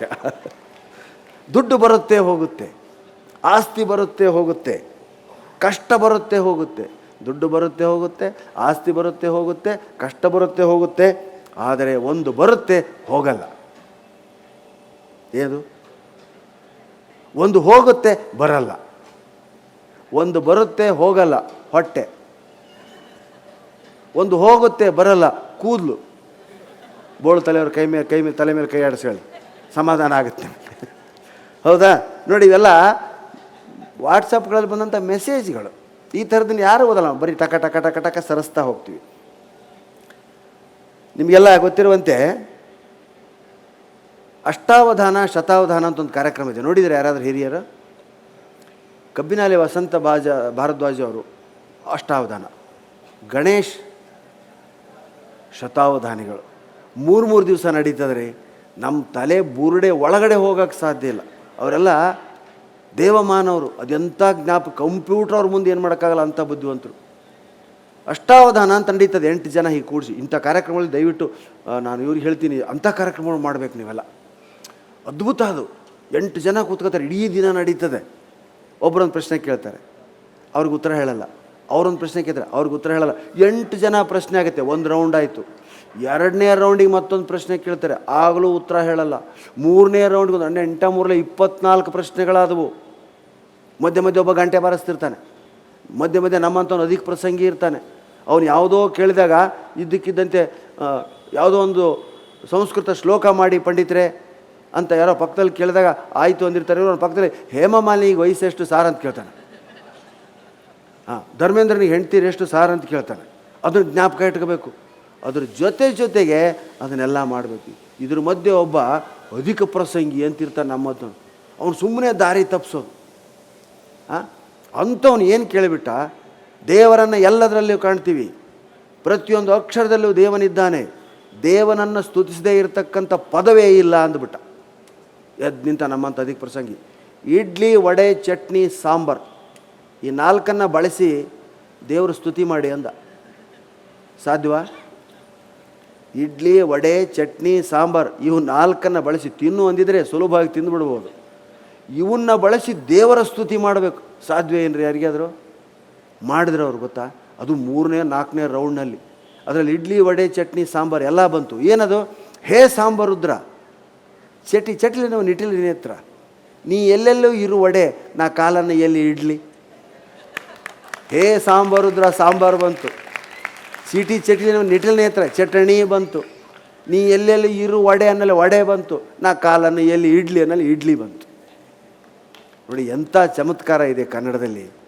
ದಯವಿಟ್ಟು ಇಲ್ಲಿ ಬಿಡುವಿನ ವೇಳೆಯಲ್ಲಿ ಕಾದಂಬರಿ ಸಾಹಿತ್ಯ ಓದೋ ಹವ್ಯಾಸ ಇರೋರು ಯಾರಾದರೂ ಇದ್ದೀರಾ? Very good. 1 2 3 4 ಎತ್ತಿದವರಿಗೆ ಥ್ಯಾಂಕ್ಸು. ಎತ್ತದೇ ಇರೋರಿಗೆ ಒಂದು ಸೋರಿ. ದಯವಿಟ್ಟು ದಿನಕ್ಕೆ ಒಂದು 10 ಪೇಜ್ ಆದರೂ ಕನ್ನಡ ಓದಿ ಮಲ್ಕೊಳ್ಳಿ. ಅದ್ಭುತವಾದಂಥ ಪುಸ್ತಕಗಳು ಬಂದಿದೆ. ಜಗದೀಶ್ ಶರ್ಮಾ, ವಸುಧೇಂದ್ರ, ಭೈರಪ್ಪ ಅವರಂತೂ ಬಿಡಿ. ಭೈರಪ್ಪನವ್ರ ಕಾದಂಬರಿ ಅಂದರೆ ಅದು ವಿಶ್ವಕೋಶ. ಬೀಚಿ ಲೈಟ್ ನೀವು ಶುರು ಮಾಡ್ಬೇಕಾದ್ರೆ ಒಮ್ಮಿಂದೊಮ್ಮೆಲೇ ನೀವು ದೊಡ್ಡ ಕಾದಂಬರಿ ಪ್ರಾಣೇಶ್ವರ್ ಹೇಳಿದ್ದಾರೆ ಮಹಾಭಾರತ ತಾತ್ಪರ್ಯ ನಿರ್ಣಯ ತಗೊಂಡ್ಬಿಟ್ರೆ ಜನ್ಮದಲ್ಲಿ ನೀವು ಪುಸ್ತಕ ಮುಟ್ಟಲ್ಲ. ತನಾಲಿ ರಾಮಕೃಷ್ಣನ್ ಬೆಕ್ಕಾಗಿ ಬಿಡ್ತೀರಿ. ಆಮೇಲೆ ಬಿಸಿ ಹಾಲು ಕುಡಿದು ಲೈಟ್ ಸಾಹಿತ್ಯ ಓದ್ಕೊಂಡ್ರೆ ಬೀಚಿಯವರು ಶುರು ಮಾಡಿ. ಬೀಚಿಯವರು ಶುರು ಮಾಡಿದರೆ ಹಾಸ್ಯಕ್ಕೆ ದಾರಿನೂ ಸಿಕ್ಕಾಗುತ್ತೆ, ಎಲ್ಲವನ್ನು ಅರಗಿಸ್ಕೊಳ್ಳೋ ಶಕ್ತಿ ಕೂಡ ನಿಮಗೆ ಬರುತ್ತೆ. ಹೌದಾ? ಇಲ್ಲೆಲ್ಲ ಸೊಫಿಸ್ಟಿಕೇಟೆಡು ಮನೆಯಲ್ಲಿ ಆಳೋ ಕಾಳುಗಳಿರ್ತಕ್ಕಂಥ ಹೆಣ್ಮಕ್ಳಿದ್ದೀರಮ್ಮ. ಮನೇಲೇ ನೀವೇ ಆಳೋ ಕಾಳುಗಳಿಲ್ಲ ಸರ್, ನಮ್ಮ ಮನೆ ಕೆಲಸ ನಾವೇ ಮಾಡ್ಕೊತೀವಿ. ಪಾತ್ರೆ ತಿಕ್ಕೋದು, ಅಡುಗೆ ಮಾಡೋದು, ನೆಲ ಒರೆಸೋದು, ಆ ಥರ ಹೆಣ್ಮಕ್ಳಿದ್ದೀರಾ? ಸ್ವಲ್ಪ ಕೈ ಮೇಲೆ ಎತ್ತಿ. Very good. ಗುಡ್. ನೋಡಿ ಅದನ್ನು ಮಾಡ್ತೀರಾ. ಇಷ್ಟು ಸಿಂಗಾರ ಮಾಡ್ಕೊಂಡು ಇಲ್ಲಿಗೂ ಬಂದಿದ್ದೀರಾ. ಇದು ನಿಜವಾದಂಥ ಮಹಿಳೆಯ ಪಾತ್ರ. ಕೆಲವರು ಒಡ್ಡೊಡ್ಡಾಗಿರ್ತಾರೆ, ಏನಮ್ಮ ಹೀಗಿದೆಯಾ, ಅಯ್ಯೋ ಮುಸುರೆ ತಿಕ್ಕೊಂಡು ನಾನು ಇನ್ಯಾಗಿರಬೇಕು ಅಂದರೆ ಗಂಡನ ಮೇಲೆ ಕಂಪ್ಲೇಂಟ್ ಅದು, ಈ ಬಡ್ಡಿ ಮಗ ಮುಸುರೆಯವ್ರನ್ನ ಇಟ್ಟಿಲ್ಲ ಅಂತ. ಹಾಗಿರಬಾರ್ದು. ಎಲ್ಲ ಇದ್ದರೂ ಕೂಡ ಆಯಾ ಸಂದರ್ಭದಲ್ಲಿ ಗಂಡೊಂದು ಹೆಣ್ಣಾರು ಅಂತ ಒಂದು ಕನ್ನಡ ಸಿನಿಮಾ ಇದೆ, ಗೊತ್ತಾ ನಿಮಗೆ? ಅದನ್ನು ನೋಡದೇ ಇದ್ದರೆ ದಯವಿಟ್ಟು ಪ್ರತಿಯೊಬ್ಬರೂ ನೋಡಿ. Black and white cinema. 6 ಗುಣಗಳ ಹೆಣ್ಣನ್ನು ಹುಡುಕ್ತಿರ್ತಾರೆ ರಾಜ್ಕುಮಾರ್. ಗಂಡೊಂದು ಹೆಣ್ಣಾರು ಅಂತ ನಿಮಗೆ ಸಿಗುತ್ತೆ, ಯೂಟ್ಯೂಬಲ್ಲಿ ಸಿಗುತ್ತೆ. ದಯವಿಟ್ಟು ದೊಡ್ಡ ಸ್ಕ್ರೀನಲ್ಲಿ ಹಾಕ್ಕೊಂಡು ನೋಡಿ ಅದನ್ನು. ಅದರಲ್ಲಿ ಒಂದೊಂದು ಗುಣಗಳ ಹೆಣ್ಣನ್ನು ಹುಡುಕ್ತಾ ರಾಜ್ಕುಮಾರ್ ಅಡ್ಡಾಡೋದು ಇದೆಯಲ್ಲ, ಅದ್ಭುತವಾದಂಥ ಚಿತ್ರಕಥೆ, ಒಳ್ಳೆ ಮೂವಿ ಅದು. ರಾಜ್ಕುಮಾರ್ ಭಾರತಿ ಚಿತ್ರ ಭಾಳ ಚೆನ್ನಾಗಿದೆ, ಹಾಸ್ಯವಾಗಿದೆ. ಗಂಡೊಂದು ಹೆಣ್ಣಾರು ಅಂದ ತಕ್ಷಣ ಯಾವುದೋ ಡಬಲ್ ಮೀನಿಂಗ್ ಪಿಕ್ಚರಮ್ಮ. ಗಂಡೊಂದು ಹೆಣ್ಣಾರು ಅಂದರೆ ಒಬ್ಬ ಗಂಡು 6 ಗುಣಗಳ ಹೆಣ್ಣನ್ನು ಹುಡುಕ್ತಾನೆ. That is theme of the picture. ಅದ್ಭುತ ಪಿಕ್ಚರ್. ನಾನು ಎಷ್ಟು ಸಾರಿ ನೋಡಿದ್ದೀನೋ ಗೊತ್ತಿಲ್ಲ. ಇಷ್ಟವಾದಂಥ ಕೆಲಸ ಯಾವುದು? ನಿಮ್ಮ ಹೆಣ್ಮಕ್ಳು ಕೆಲಸ ಮಾಡ್ತಿರಲ್ಲಮ್ಮ, ನಾನು ತಿಳ್ಕೊಂಡಂತೆ ಹೆಣ್ಣು ಮಕ್ಕಳಿಗೆ ಅತ್ಯಂತ ಇಷ್ಟವಾದಂಥ ಮತ್ತು ಗಂಡಸರಿಗೆ ಮಾರಣಾಂತಿಕವಾಗಿರ್ತಕ್ಕಂಥ ಕೆಲಸ ಅಂದರೆ ನೆಲ ಒರೆಸೋದು. ನೆಲ ಒರೆಸೋದ್ರ ಟೈಮ್ ಬಂತು ಅಂದರೆ ಈ ಹೆಣ್ಣಂದರು ಎಲ್ಲ ನಡೀರಿ, ಆಯಿತು ಸ್ಕೂಲ್ಗೆ ಹೊರಡಿ, ಕಾಲೇಜ್ಗೆ ಹೊರಡಿ, ಕೆಲ್ಸಕ್ಕೆ ಹೊರಡಿ, ಎಲ್ಲರ ಮನೆಗೆ ಹೋಗಿ, ಯಾಕಮ್ಮ ಅಷ್ಟು ಅವಸರ ಮಾಡ್ತೀವಿ, ನಾನು ನೆಲ ಒರೆಸ್ಬೇಕು. ನೆಲ ಒರೆಸಿದ ಮೇಲೆ ಯಾರು ಅದನ್ನು ತುಳಿಬಾರ್ದು. ಅವಳು ತುಳಿಯಲ್ಲ, ರಿವರ್ಸ್ ಒರೆಸ್ತಾ ಬರ್ತಾಳೆ. ಹಿಂಗೆ ಬಾಗಿಲ ಹತ್ರ ಬಂದು ಹೊರಗಡೆ ನಿಂತು ಒಂದು ಅರ್ಧ ಗಂಟೆ ಕೂಡ್ತಾಳೆ. ಯಾವುದು ಆ ಟೈಲ್ಸ್ ಆರೋವರೆಗೂ. ಹೌದಾ? ಈಗಂತೂ ಆ ಬಡಿಗೆಗಳು ಬಂದಿದೆ, ಹಿಂಗೆ ಒರೆಸ್ತಾ ಹೊರಗಡೆ ಬರ್ತೀವಿ. ತುಳಿತಾನೆ ಬರಬೇಕು, ಅದಕ್ಕೆ ಕೈಯಿಂದ ಒರೆಸೋದೇ ಒಳ್ಳೆಯದು. ಆ ಥರ ಒಬ್ಬ ಹೆಣ್ಮಗಳು ಎಷ್ಟೊಳಗೆ ನೆಲ ಒರೆಸೋದ್ರ ಮೇಲೆ ಭಕ್ತಿ ಇತ್ತು ಅಂದರೆ, ಯಾರಾದರೂ ತುಳಿದ್ರೆ ಸುಟ್ಟು ಬಿಡ್ತೀನಿ ನಿಮ್ಮನ್ನು ಅಂಥೇಳಿ ರಿವಾಲ್ವರ್ ತಗೊಂಡಿದ್ಲು. ಅದಕ್ಕೆ ಲೈಸೆನ್ಸು ಮಾಡಿಸಿದ್ಲು. ಬಳಸಿರಲಿಲ್ಲ, 2 ವರ್ಷ ಆಗಿತ್ತು. ಅಂಜಿಬಿಟ್ಟಿದ್ರಲ್ಲ ಗಂಡ ಮಕ್ಕಳು ಮೊಮ್ಮಕ್ಕಳು, ಅಯ್ಯೋ ರಿವಾಲ್ವರ್ ತಗೊಂಡಿದ್ದಾಳೆ, ಜೈಲಿಗೆ ಹೋಗೋಕ್ಕೂ ಅಂಜಲ್ಲ ಇವಳು, ಯಾರು ತುಳಿಬಾರ್ದು ಅಂಥೇಳಿ ಎಲ್ಲ ಒಂದಿನ ಕೆಲಸ ಆಯಿತು. ಯಥಾ ಪ್ರಕಾರ ಎಲ್ಲರನ್ನೂ ಕಳಿಸಿದ್ಲು, ಗಂಡನನ್ನೂ ಕಳಿಸಿದ್ಲು. ಆಯಿತು, ಎಲ್ಲ ಹೊರಟ್ರಾ, ತಾನೂ ತುಳಿಯಲ್ಲ. ಅದಷ್ಟು ಭಕ್ತಿ ಒರೆಸಿದ ನೆಲದ ಮೇಲೆ ಒರೆಸ್ತಾ ರಿವರ್ಸ್ ಬಂದ್ಲು, ಹೊರಗಡೆ ಬಂದ್ಲು. ಆ ಬಟ್ಟೆನ ಹಿಂಡಿ ಒಂದು ಕಡೆ ಕೂತ್ಕೊಂಡು, ಗಂಡ ಒಂದು ಅರ್ಧ ಕಿಲೋಮೀಟ್ರ್ ಹೋದೋನು ಏನೋ ಜ್ಞಾಪಕ ಆಗಿ ಸ್ಕೂಟ್ರ್ ಡಿಕ್ಕಿ ತೆಗೆದು ನೋಡ್ತಾನೆ, ಯಾವುದೋ ಫೈಲ್ ಮನೇಲೇ ಬಿಟ್ಬಿಟ್ಟಿದ್ದಾನೆ. ಇವಳು ಅವಸರಕ್ಕೆ ಪಾಪ ಬಂದವನು ಹೇಳಲಿಲ್ಲ ಕೇಳಿಲ್ಲ, ದೊಡ್ಡ ಅಂತ ಬೂಟ್ಗಾಲಿಂದ ಒಳಗಡೆ ಹೋಗ್ಬಿಟ್ಟು ಪಿತ್ತ ನೆತ್ತಿಗೇರಿಬಿಡ್ತೊಳಗೆ. ಹೋದ್ಲು, ಲೈಸೆನ್ಸ್ ಎಲ್ಲ ಮರೆತು ರಿವಾಲ್ವರ್ ತೊಗೊಂಡು ಢಾಮ್ ಅಂತ 2 ಭುಜಕ್ಕೆ ಒಂದು ಎದೆಗೆ ಹೊಡೆದ್ಲು. ಢಮಾರ್ ಗಂಡ ಬಿದ್ದೋಗ್ಬಿಟ್ಟು. ಪಕ್ಕದ ಮನೆಯವ್ರು, ಮೈ ಗಾಡ್, ರಿವಾಲ್ವರ್ ತಗೊಂಡದ್ದಕ್ಕೂ ಇವತ್ತು ಯಾರನ್ನೋ ಕೊಂದಳು ರೀ ಮೇಡಮ್, ಪೊಲೀಸಿಗೆ ಫೋನ್ ಮಾಡಿ ಸಾರ್, ನಮ್ಮ ಮನೆ ಪಕ್ಕದಲ್ಲಿ ಹೀಗಾಗಿತ್ತು, 2 ವರ್ಷದಿಂದ ರಿವಾಲ್ವರ್ ತಂದಿಟ್ಕೊಂಡಿದ್ದು, ಇವತ್ತು ಗಂಡನ್ನೇ ಹೊಡೆದ್ಬಿಟ್ಲು ಸರ್. ಅಯ್ಯೋ ಮೈ ಗಾಡ್, ಹೌದು ಆಯ್ತಮ್ಮ ಬರ್ತೀವಿ, ಎಲ್ಲಿ ಎಲ್ಲ ನಂಬರ್ ಬರ್ಕೊಂಡು. ಇವ್ರು ಕಿಟಕಿ ಕುತೂಹಲ. ಈ ಪಕ್ಕದ ಮನೆಯವರಿಗೆಲ್ಲ ಕಿಟಕಿ ಕಾಮಾಕ್ಷಮ್ಮ ಅಂತ ಹೆಸರು. ತಮ್ಮ ಮನೆಯಲ್ಲಿ ಹೆಗ್ಗಣ ಸತ್ತಿದ್ರು, ಅವ್ರ ಮನೆಯಲ್ಲಿ ಜೇಡ ಇದೆಯೇನೋ ನೋಡ್ತಿರ್ತಾರೆ. ಹಿಂಗೆ ನೋಡಿದ್ರು, ಪೊಲೀಸರು ಬರಲಿಲ್ಲ. ಅಯ್ಯೋ ಹಾಳಾದ ಪೊಲೀಸರು ಬರಲೇ ಇಲ್ಲ, ಈ ಅಮ್ಮನ ಹಿಡ್ಕೊಂಡು ಹೋಗ್ಬೇಕಾಗಿತ್ತು, ಅವ್ಳು ಸೊಕ್ಕು ಮುರಿತಿತ್ತು. ಮತ್ತು 10 ನಿಮಿಷ ಆಯಿತು, ಕಿಟಕಿಲಿ ನೋಡೋದು, ಕಿಟಕಿ ಹಾಕೋದು. ಅರ್ಧ ಗಂಟೆ ಆಯಿತು, ಪೊಲೀಸರು ಬರಲಿಲ್ಲ. ತಿರ್ಗಾ ಮತ್ತೆ ಹೊಡೆದ್ರು ಫೋನು, ಸಾರ್ ಬನ್ನಿ ಸಾರ್, ಅರ್ಧ ಗಂಟೆ ಆಗೋಯ್ತು, ಬಂದಿದ್ದೀವಮ್ಮ, ಎಲ್ಲಿದ್ದೀರಿ ಸರ್, ಕಾಣ್ತಾನೇ ಇಲ್ಲ, ಮನೆ ಬಾಗಿಲು ಮುಂದೆ ನಿಂತವ್ರ ಮುಂದೆ, ಒಳಗಡೆ ಹೋಗಿ ಸಾರ್, ನಿಮಗೆ ಅದು ಬಾಡಿ ಸಿಗುತ್ತೆ. ಅಯ್ಯೋ ಇನ್ನೂ ನೆಲ ಒಣಗಿಲ್ಲಮ್ಮ ಅಂದ ಇನ್ಸ್ಪೆಕ್ಟ್ರು. ಅಂದರೆ ಅವನಿಗೂ ಭಯ ಶುರುವಾಗಿಬಿಡ್ತು, ನಾನು ತುಳಿದ್ರೆ ನನ್ನ ಹೊಡಿತಾರೆ. ಅದಕ್ಕೆ ದಯವಿಟ್ಟು ನೆಲ ಒರೆಸೋದಕ್ಕೋಸ್ಕರ ಯಾರನ್ನು ಬಲಿ ಕೊಡಬೇಡಮ್ಮ. ಕೃಷ್ಣನ ಪಾದಗಳನ್ನ ಹಾಕ್ತೀರ ಗೋಕುಲಾಷ್ಟಮಿಗೆ, ಹೌದಾ? ನೆಲ ಒರೆಸಬಾರ್ದು, ಮೈ ಮನಸ್ಸುಗಳನ್ನ ಒರೆಸ್ಕೊಳ್ಬೇಕು ಅಂತ ದಾಸರು ಹೇಳ್ತಾರೆ, ಹೌದಾ? ಹಾಗೆ ಇನ್ನೂ ಕೆಲವಿದೆ. ಇನ್ನೊಂದು ಒಂದೆರಡು ಮದುವೆ ಆದವ್ರ ಬಗ್ಗೆ ಹೇಳ್ತೀನಿ. ಮದುವೆ ಆದವರ ಜೀವನ ಸರ್ಕಾರಿ ಬಸ್ಸು ಎರಡೂ ಒಂದೇ. ನಿಮಗೆ ಹೇಳ್ತಿಲ್ಲ ಸರ್. ಮದುವೆ ಆದವರ ಜೀವನ ಸರ್ಕಾರಿ ಬಸ್ಸು ಎರಡೂ ಒಂದೇ. ಹೇಗೆ? ದಿನಪೂರ್ತಲಿ ಎಲ್ಲೇ ತಿರುಗಾಡಲಿ, ರಾತ್ರಿ ಡಿಪೋಕ್ಕೆ ಬರಲೇಬೇಕು. ಈ ದೇಶ ಎಂಥದ್ದು ಅಂದರೆ ಇರುವೆ ಸಾಯಿಸುವ ಪೌಡರ್ ತಂದೆ, ಅದಕ್ಕೆ ಇರುವೆಗಳು ಮುತ್ತಿಕೊಂಡವು. ಇಷ್ಟೇ. ಇದು ತುಂಬ ಅದ್ಭುತವಾಗಿದೆ. ಇದಾದಮೇಲೆ ಪಾನಕ ಪೂಜೆ ಇದೆ ಅಂತ ಭಾವಿಸ್ತೀನಿ. ಕೋಸಂಬರಿ ಜೊತೆ ಅಲ್ಲ, ಹೌದಾ? ಕುಡಿದರೆ ಮನೆ ಹಾಳಾಗುತ್ತದೆ. ಇಲ್ಲಿ ಎಷ್ಟು ಜನ ಒಪ್ತಿರೋ ಗೊತ್ತಿಲ್ಲ. ಕುಡಿದರೆ ಮನೆ ಹಾಳಾಗುತ್ತದೆ, ಕುಡಿಯದಿದ್ದರೆ ದೇಶ ಹಾಳಾಗುತ್ತದೆ. ಅರ್ಥ ಆಯ್ತಾ? ಕುಡಿದರೆ ಮನೆ ಹಾಳಾಗುತ್ತದೆ, ಕುಡಿಯದಿದ್ದರೆ ದೇಶ ಹಾಳಾಗುತ್ತದೆ. ಅದಕ್ಕೆ ನಮಗೆ ಮನೆಗಿಂತ ದೇಶ ಮುಖ್ಯ. ನೋಡಿ, ಎಲ್ಲ ಎಷ್ಟು ಬೇಗ ಅರ್ಥ ಮಾಡ್ತೀನಿ. ಸರ್ಕಾರಿ ನೌಕರರು ಜಗಳ ಆಡಿದರೆ ವರ್ಗಾವಣೆ ಆಗ್ತಾರೆ, ಶಾಸಕರು ಜಗಳ ಆಡಿದರೆ ಮಂತ್ರಿ ಆಗ್ತಾರೆ. ಮದುವೆ ಆದವ್ರು ಆಯಿತು. ಸೊ ಇದು ತುಂಬ ಯೋಚನೆ ಮಾಡುವಂಥದ್ದು, ಗಮನ ಇಟ್ಟು ಕೇಳಿ. ಬ್ರಿಟಿಷರು ಭಾರತಕ್ಕೆ ಬರುವಾಗ ಒಬ್ಬನೇ ಒಬ್ಬ ಸೈನಿಕನನ್ನು ಕರೆತರಲಿಲ್ಲ. ಒಪ್ತೀರಾ ಈ ಮಾತನ್ನು? ಬರೀ ಮುಷ್ಟಿಯಷ್ಟು ಜನ ಬಂದರು. ಬ್ರಿಟಿಷರು ಭಾರತಕ್ಕೆ ಬರುವಾಗ ಒಬ್ಬನೇ ಒಬ್ಬ ಸೈನಿಕನನ್ನು ಕರೆತರಲಿಲ್ಲ. ಏಕೆಂದರೆ ಅವರಿಗೆ ಗೊತ್ತಿತ್ತು, ಇಲ್ಲಿಯ ದೇಶದ್ರೋಹಿಗಳಿಂದಲೇ ನಾವು ಸೈನ್ಯ ಕಟ್ಟಬಹುದು ಅಂತ. ಅರ್ಥ ಆಯ್ತಾ? ಇವತ್ತು ಬೇರೆ ದೇಶದ ನಮ್ಮ ಒಳಗಡೆ ನುಗ್ಗೋದಕ್ಕೆ ಕಾರಣ ನಮ್ಮವರೇ ವಿನಃ ಅವರಲ್ಲ. ಇವತ್ತೆಲ್ಲ ಈ ದೇಶನ ಭಕ್ತಿಯಿಂದ ಎಲ್ಲರೂ ನೋಡ್ತಿರ್ಬೇಕಾದ್ರೆ ಕೆಲವರು ಎಲ್ಲೆಲ್ಲೋ ಬೇರೆಯವ್ರ ಜೊತೆ ಸಂಧಾನ ಮಾಡ್ತಾ, ಅವನು ಹೊಡಿಬೇಕು ನೀನು, ಇವನು ಹೊಡಿಬೇಕು ನೀನು, ನೋಡ್ತಾ ಇದ್ದೀರಿ ಸತ್ಯನ. ಅದಕ್ಕೆ ಸಾಹಿತ್ಯದ ಮುಖಾಂತರ ಜಾಗೃತಿ ಆಗ್ತದೆ ಅನ್ನೋದು ಸುಳ್ಳಲ್ಲ ಸ್ನೇಹಿತರೆ. ನೀವೆಲ್ಲ ಹಿರಿಯರಿದ್ದೀರಿ, ನಿಮಗೆ ನಾನು ಬುದ್ಧಿ ಹೇಳ್ತೀನಿ ಅಂತ ತಿಳ್ಕೊಬೇಡಿ. ಯಾಕೆ ಹೇಳ್ತಿದ್ದೀವಿ ಅಂದರೆ, ಸ್ಪಂದನೆ ಬೇಕು. ವೋಟ್ ಮಾಡಬೇಕಾದಾಗ, ಎಲೆಕ್ಷನ್ ಮಾಡಬೇಕಾದಾಗ ಎಜುಕೇಟೆಡ್ ಕ್ಲಾಸ್ ಅಂತ ನಾವೇನು ಕರಿತೀವಿ ಅವರೇ ವೋಟ್ ಮಾಡಲ್ಲ. ಒಪ್ತೀರಾ ಈ ಮಾತನ್ನು? ಮಧ್ಯಾಹ್ನ ಹೋಗೋಣ, ಸಾಯಂಕಾಲ ಹೋಗೋಣ, ಪಿಕ್ನಿಕ್ ಹೋಗೋಣ. ಅವತ್ತು ಈ ಸಾರಿ ಪಿಕ್ನಿಕ್ ಕ್ಷೇತ್ರಗಳನ್ನೆಲ್ಲ ಬಂದ್ ಮಾಡಿಸೋರಿದ್ದಾರೆ. ಹೋಗೋಗಿಲ್ಲ. ಅಲ್ಲಿ ಯಾವನಾದ್ರೂ ಕಂಡ್ರೆ ಅಲ್ಲೇ ವೋಟಿಂಗ್ ಬೋತ್ ಮಾಡಿಬಿಡೋದು. ಹಾಕೋಗ್ಬೇಡಿ ಮಗನ. ಬಿಡ, ರಜೆ ಸಿಕ್ಕಿದೆ ಅಂತ.